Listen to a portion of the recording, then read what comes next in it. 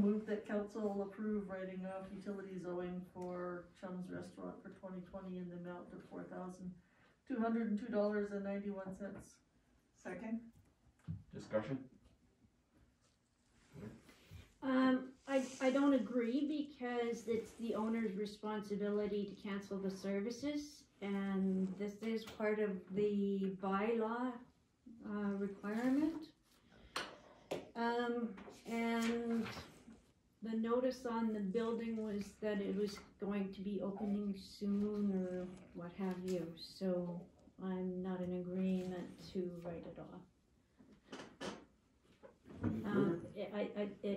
It also states in the bylaw that it's not paid for by December 31st, then it gets added to their tax bill.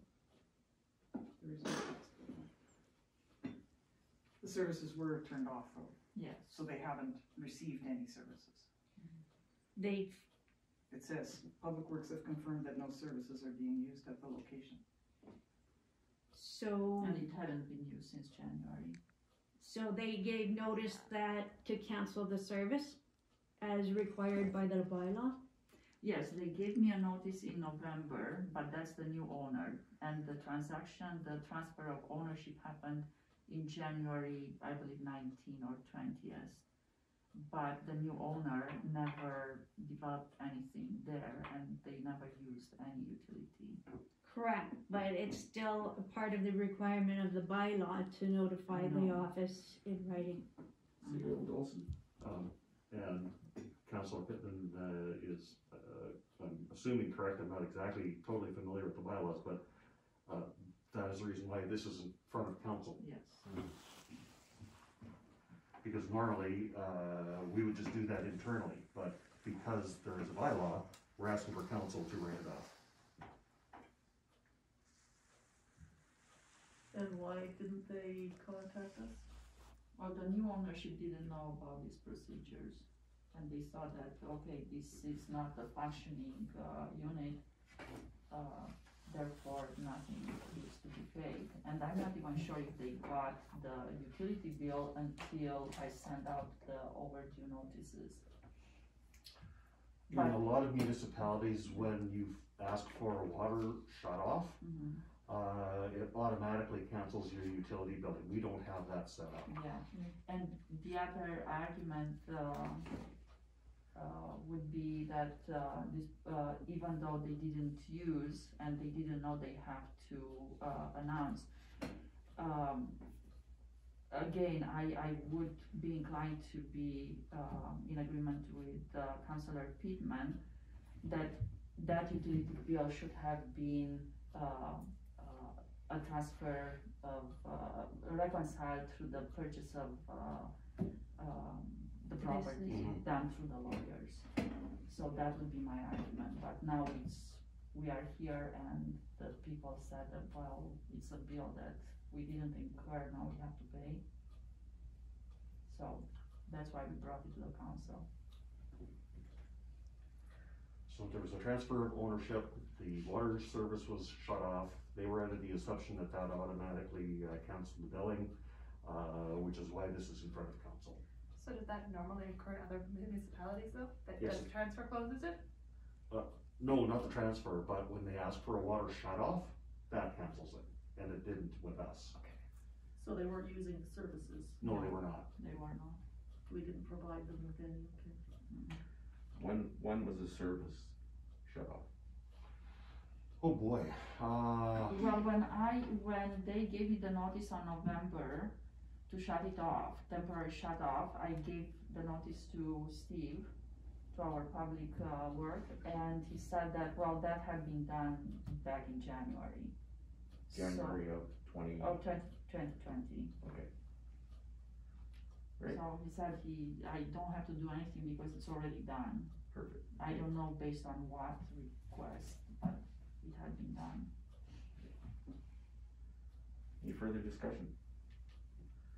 All in favor of the recommendation? Opposed? Councilor Pittman opposed.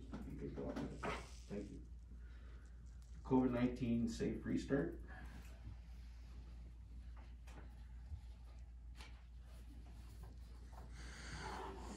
Assuming this is just a for us to come up with, Yeah, items, and I'm assuming that staff has already been asked the same question. Well, sorry, I provided us, a few questions that are being asked through, through the municipal, forum. It appears that this is an operational grant to cover for, operational shortfalls. I can think of quite a few items that, we already incurred due to COVID, just like, the fire equipment for the fire department, you know, just for them to be COVID safe, that I can put through the grant, or our computer upgrades and all the software that we had to, acquire in order to be able to work from home, or, the sanitizers, everything. So we have quite a few items, but in addition to that, for next year, we have to think of what can we do to be COVID safe and provide services, better services to the public and so on. Yeah, one of the items that has been discussed around the council table and in the office is the need to have, video conferencing capabilities in the council chambers. And, that would definitely be, an eligible project. Yeah. My question was, staff, Public Works has been asked the same question. I don't believe I we don't have, think we actually. had. That was my No. question, I'm Yeah. sorry, when I said staff, I meant Public Works, outside staff. And perhaps that can be asked, and we can bring that to our, next budget meeting, which, we'll decide tonight on when that's gonna be, I'm Yeah. assuming. And that'll give them time to put their input in. Mm-hmm. Sure. And as far as the safe restart, Mhm. if there's, any, thing that we wanna, pursue that isn't itemized on the guidelines, we're encouraged to phone municipal affairs and discuss that with them, and they've got a broad set of standards that they want us to follow, and I'm sure that, anything that comes up that we would like to see, that they would be receptive to, the expenditure of that funding for. Yeah. Okay. And it sounds like for the accounting, the reporting is similar to what you have to do for gas tax funding. Yes. Yeah. Pretty much.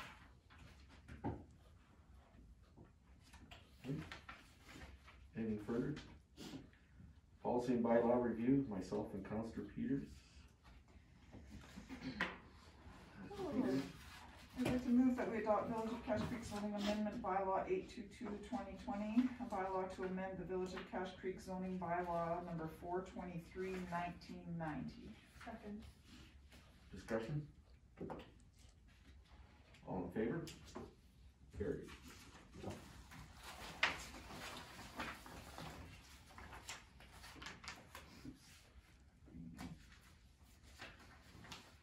You tackle the bylaw enforcement? Sure. I would move that the Cache Creek Council directs administration to request that the Ministry of the Attorney General add the Village of Cache Creek to the list of local governments practicing adjudication under the Local Government Bylaw Notice Enforcement Act. Second. Discussion? All in favor? Carried. So then next step on that, Martin, is to send that in and then CC the, other municipalities? Yeah, I'll turn this into what do they call that? I'll send the resolution the council just, passed to the Ministry of Attorney General.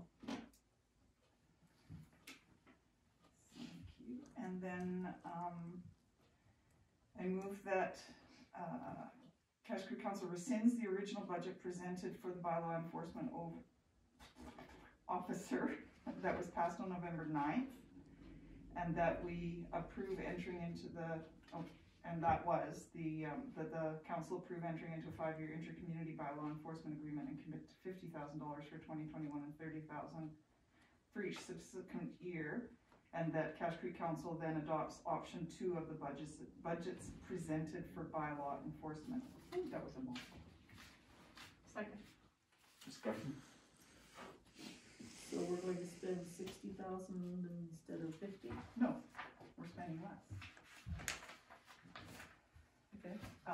we would be on option number 2. The biggest difference is that we have determined that an electrical vehicle would not be as big a savings because of the limited mileage that would be incurred. And the difference between option 2 and option 3, so we would be spending $26,853 in the first year and $15,919 in subsequent years, or ongoing costs. And the biggest difference is the vehicle change. The difference between option 2 and option 3 is option 3 doesn't have a purchased vehicle, it supplies a vehicle allowance to whomever the bylaw enforcement officer is. The working group in discussion, their biggest concern was perception. By doing a vehicle allowance, we have no control over what that vehicle may look like. And the image of professionalism would be better with a vehicle that was more in line with what we have and all 3 communities have the white vehicles with the decals on them. If we could, it would be better to have that continuity. So And each community would have their own magnetic sign to identify the vehicle. Well, I think the idea is to have all 3 communities on it, because it is a joint enforcement. Oh, All okay. of our letterhead and everything will have all 3 communities on.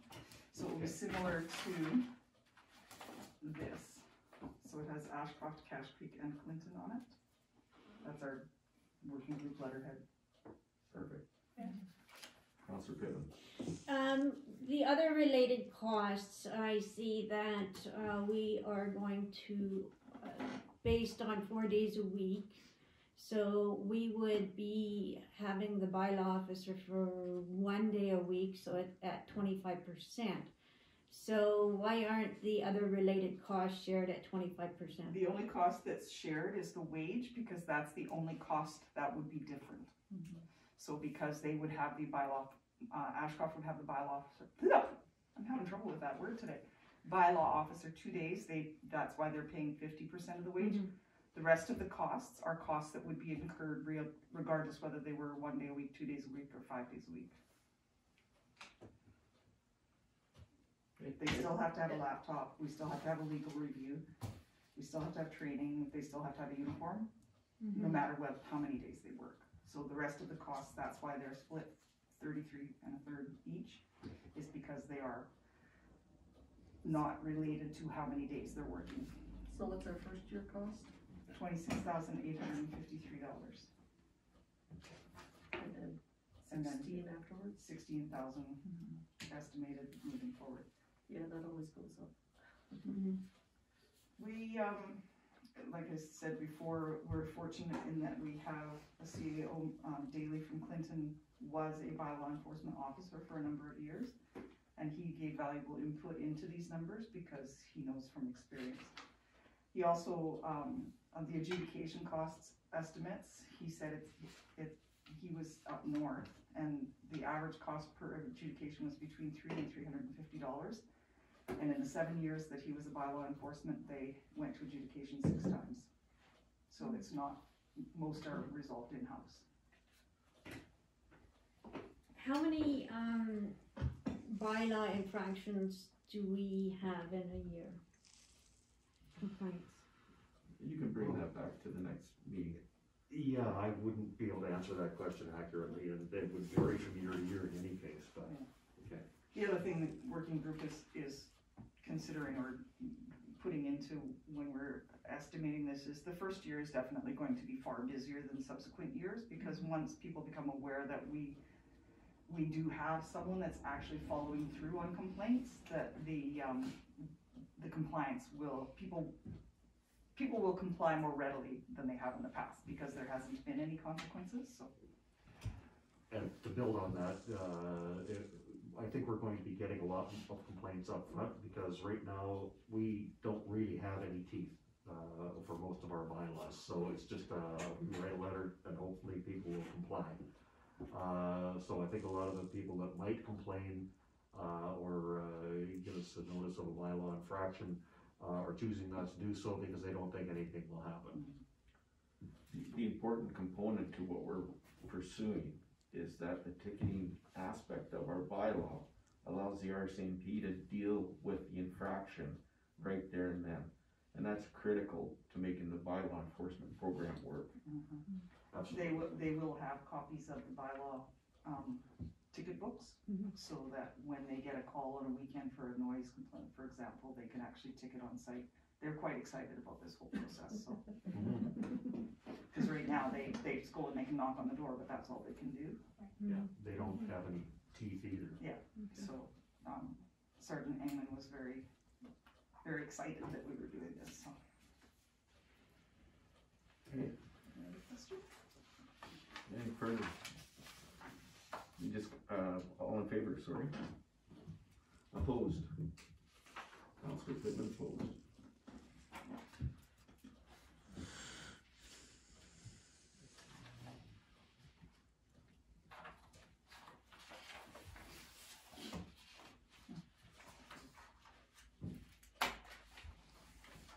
Item 4.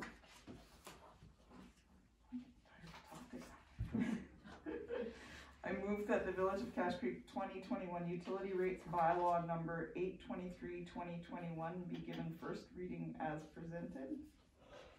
Second. Discussion? Councilor Pittman.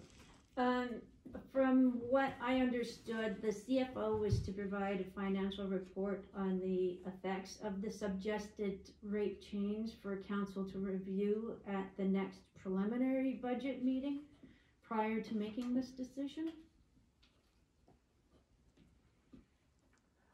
Thank you. We were all at the Anything budget further? meeting. All in favor? Carried. Opposed. I move that the Village of Cache Creek 2021 utility rates bylaw 823/2021 be given second reading as presented. Second. Discussion?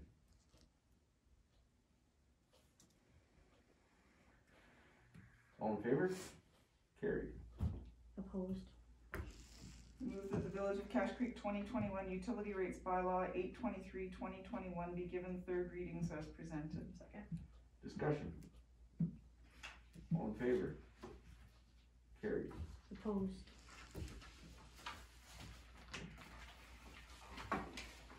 Four. Oh my goodness.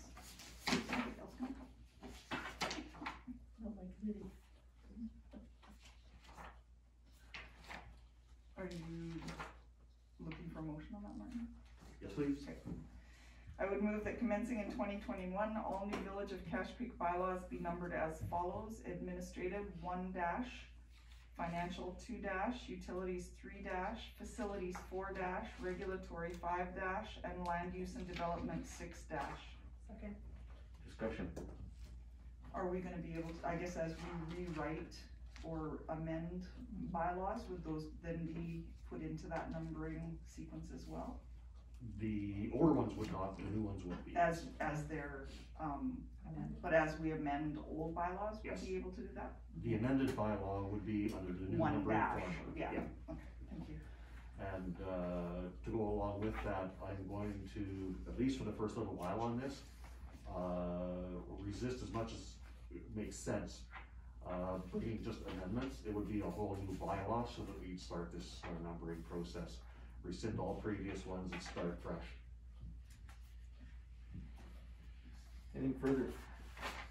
All in favor? Carried. And I will excuse myself to the next item. Thank you.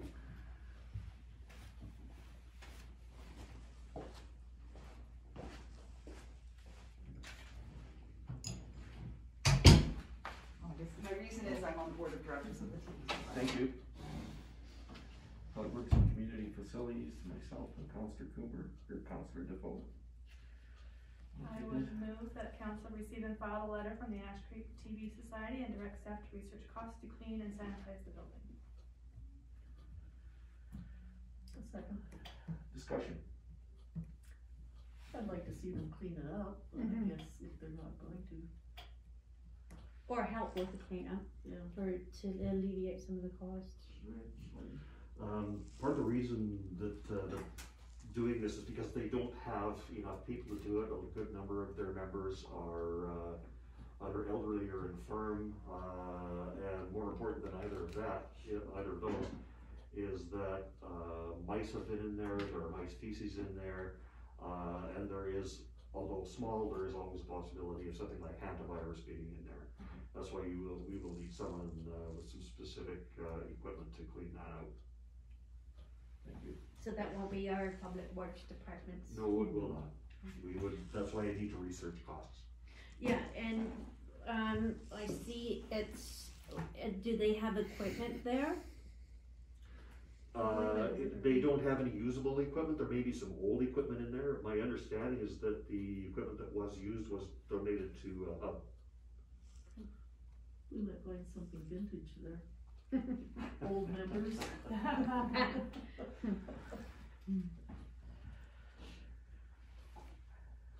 Just like that, if we can ensure that that contract has the secure and road-proof aspect in it when we go for costs. That the building be left secure from prior. To ensure that it is secure and road-proof, Yes. because if it has been getting, Yeah, become a home for the little critters, then it will be after. We're gonna want to get back in there, that's Yeah. right. So we need them to, close up any, That's a seal. Close, or if there's a requirement for, say, fresh air for a heater of some sort, that'd be, that a grid or mesh of some sort go on there that's room-proof. Or as room-proof as you can make things. They're getting it somehow, so we should find out before we go to any extent of spending a great deal of money or any money at all on repairing it or cleaning it. we need to Oh, vote. I'm sorry. Any further discussion? In favor? Carried. Susan?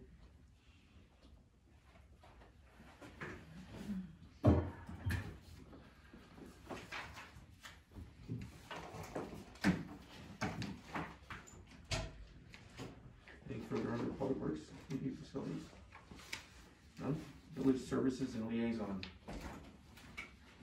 Counselor Default, Counselor Cooper.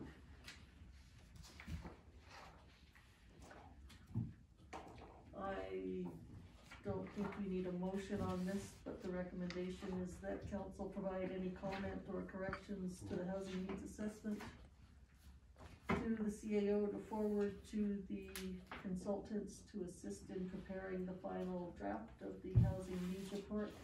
And the deadline for input is December 18th, which is Friday. This coming Friday, yes.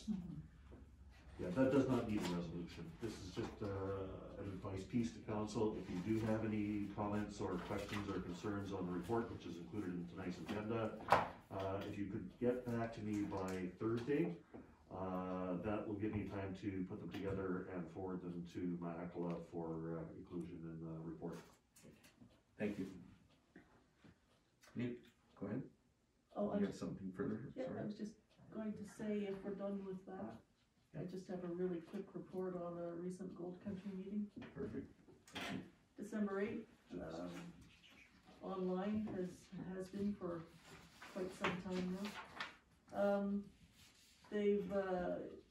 We had a Board of Governance workshop about a month or two ago, which was a full day of online instruction. It was actually quite good, and out of that, I think both Gold Country and Hat Creek were involved. They got a lot of really good ideas. So Gold Country this week issued a code of conduct and an oath of confidentiality for board members to sign. It's just a one-page document in both cases. I ran it off to bring it and left it at home, so maybe next week or next meeting. And they're working on their budget for 2021. And we're going to see what the restructuring of Gold Country is going to look like in the new year. Sorry, just to clarify, it was a Gold Country governance workshop, because you mentioned Hat Creek Ranch there too. Were they both involved in this workshop? Yes, Okay. it was put on by a consultant. They both took part. I see, okay. And that's my report. Thank you. Anything further? What was the date that the workshop happened? December 8th? I'll get back to you. Oh, okay. Oh. December 8th was the meeting, but the workshop was a month or two ago. So, Oh, it- okay, sorry. Yeah, I just wanted it for the minutes, but if you don't have it, then we won't go with the minutes either, since it won't be discussed tonight. Protective Services, myself and Councilor Cooper. Want you to take this? I have one item. Okay, but, go ahead. No, Okay. you're sure. I attended an online meeting of the Thompson Watershed Disaster Mitigation Advisory Committee on December 4th. It was actually, very good. I didn't expect any less though, but, put on by the Fraser Basin Council, and it has participation of many different communities along the Thompson. The TNRD were involved, the NBC is there, Flynn Road has representatives, there. The Caribou Regional District also had representatives. So we were talking about, more and better information on flooding on the watershed. And the need to develop policies at a municipal level of how to handle and share that information, because there's going to be more and more information. Using maps to determine regulation and policy, and use these as a basis for obtaining funding to build structural mitigation. The use of planning grants to look at changes in the watershed, for example, the changes in the channels. The province has put together a working group to modernize the flood program. And it's funny hearing your own concerns and complaints coming out of the mouths of others, but one of the representatives of the Caribou Regional District was talking about the extended flood season in the Williams Lake area, and how it was difficult dealing with 80 cent dollars for response, and everyone is in agreement that it's becoming the normal, and we need a coordinated approach to it. We're tired of being reactive, we want to be proactive. Flooding is hugely costly for all the communities, and also for the province, because usually they end up footing the bill for a good part of it. So they brought up a whole lot of concerns that we had, and I think we're going to be getting together as a group more often to push for a change from the current scenario, which we don't believe is sustainable, because we're dealing with yearly floods. So yeah, we're going to be following up with each other this week to find out what each of the communities need and how we're going to put our strengths together and find a solution. If there is a solution to flooding, I mean, everybody's experiencing it, not just in BC, all over the continent. Excuse me, I missed the date of the meeting? December 4th. That was the Thompson Watershed Disaster Mitigation Advisory Committee. Thompson Watershed Disaster Mitigation? Advisory Committee. I'll give you my notes. If you type them up for this, or for future meetings, that would be much appreciated. Then we could include them on the agenda. Thank you for that report. Some general information items for me. I drafted up a letter to the Chief Superintendent Brad Hagley regarding the staffing requirements for the Ashcroft detachment, and to open up a dialogue with the RCMP to see if we can bolster the membership in Ashcroft, as well as look at some other concerns that have been expressed that with dialogue, hopefully we can overcome. So that letter will be sent out shortly. And hopefully we'll get a response and we can deal with a few issues there. Second item, the letter from Rose and Dale Fletcher to our fire department, and it was accompanied with a check for $100. And then you have that in front of you, and they're very appreciative of the Halloween fireworks display and the location, and as well the firefighting efforts of saving the liquor store in the recent fire. Yeah. Alcohol burns really well. We've had the whole community racing in this season. Yes, so we thank them as well as a community. It was well done. And sent off an email to our MP Brad Viss, as some of council may have heard, the provincial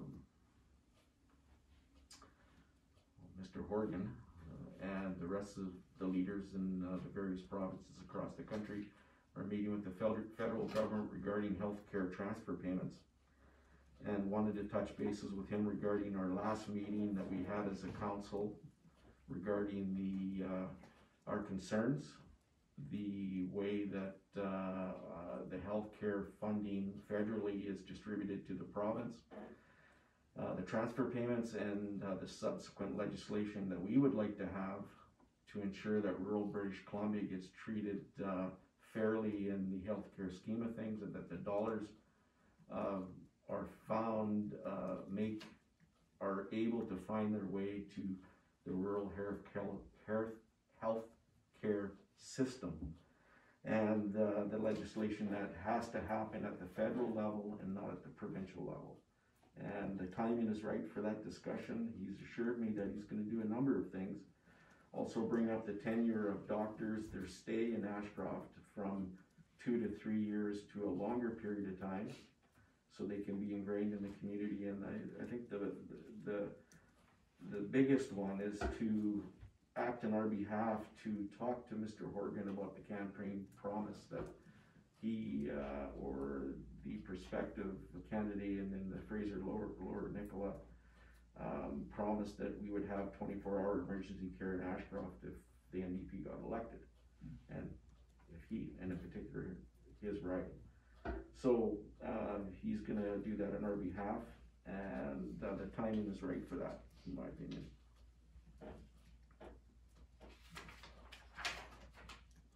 That's all I have. Thank you. Any further under protective services? Intergovernmental relations, myself and Councillor Coomer. I have nothing. Talk to Mr. Story at the TNRD regarding our connectivity initiatives that our federal government has brought up for rural communities, the Broadband Connectivity Fund, for the lack of better terms, and the regional district has made a commitment to apply for that funding, and I just wanted to reiterate to him that we are very excited and want to pursue that avenue in our community, and I just let him know that we're behind the initiative, and we should get it moving as quickly as possible. And he's bringing that to the table for us. So that funding is for the regional district, or rural communities can apply for some funding in conjunction? It's the regional district is applying for a lump sum. Okay. And they've engaged consultants to determine which way, which is the best avenue of getting the rural areas connected. And there's a number of ways they can do that, depending on where you are and how far you are from different cell sites, micro towers, etc. And that's where they're going right now. Okay. Thank you. Well, intergovernmental relations, anything further? Landfill advisory, Meeting tomorrow, yes. no other report. Thank you. Information correspondence?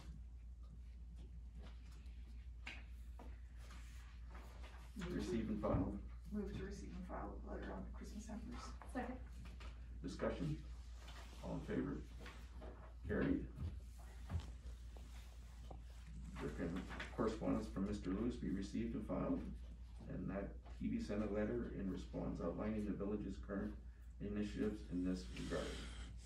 Second. Discussion. I've corresponded with Mr. Lewis on a number of occasions already, and give him the information and outlined where we are as a municipality.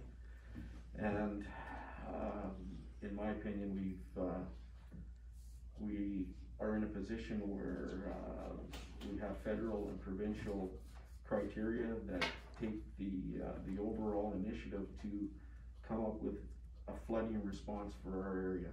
They have to take the lead. It's not the municipality that has to take the lead, and I caution council to pursue anything but that. It has to come from the province and the feds.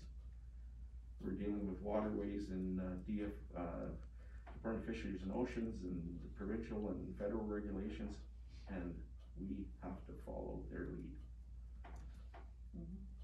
And our MP Brad Biss has engaged the federal government, and we're waiting. So we've done all we can do up to this point. It has to be a unified approach. Any further? We make a motion, or any further discussion? All in favor? Carried. Thank you. New business. Questions from the public, questions from the press? The only thing I have is we've done this now for a solid year, year and a bit, but now we've done one full new year to new year. So thank you guys very much for letting us film you. In the new year, I'll set up a delegation to give you guys some stats as to who's been watching, how many minutes, views, how many times we filmed you, etc. Just so you guys can see where we're at. And if you're interested, and we can set up a internet connection, we will possibly, now that we're doing this every week, is one or the other with you guys, and we'll start going live if we can manage it. So if that works out for you guys, but we can always talk about that later. But anyway, I just wanted to say thank you for a good year. That's all. Thank you. Thank you. Yeah, That's we critical. appreciate the opportunity for people to be able to see the meetings. Yes. Well, especially during COVID, it was the only way that the message could get out in a lot of cases, so thank you for that. We just got one additional item that Councillor Gruber brought to my attention. Item A under Budget of Administrative Services. Oh. And I missed that one, for some reason. What did we adopted the new schedule? This is November 23rd. Oh, the item added? No. Oh, this one says November 23rd. Sorry. Okay. I was reading it thinking, that sounds familiar, but it was with the agenda package that I picked up today. Thank you. So it was still in there, you hadn't cleaned it out from before. No, they just, It's not uncommon for me to miss that, so thank you for bringing that up. We move to go into a closed meeting Some of Second. on discussion. Carrie?